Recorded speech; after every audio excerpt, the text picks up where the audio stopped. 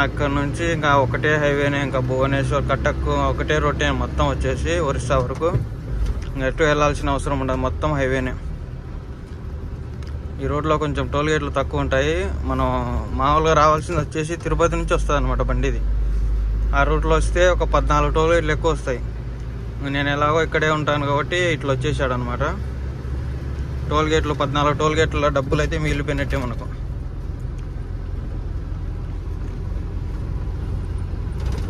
So friends ఇక్కడ చూడండి, ఒకటి లైలాండ్ బండి ఏమో ఎక్కలేకపోతుంది. ఏం పెద్ద మెరగోలు లేదు, నిలబెట్టేసుకున్నాడు చూడండి. ఫుల్ ఎయిర్ ఎక్కించేసుకుని అయితే కదులుతాడు.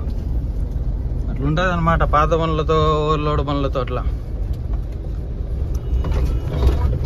చూడండి ఇక్కడ బండి ఒకటి బ్రేక్ డౌన్ అయినట్టుంది, గానే ఊడిపోయింది పూర్తిగా. ఇక్కడ నుంచి స్ట్రైట్ ఒకటే రోడ్డు.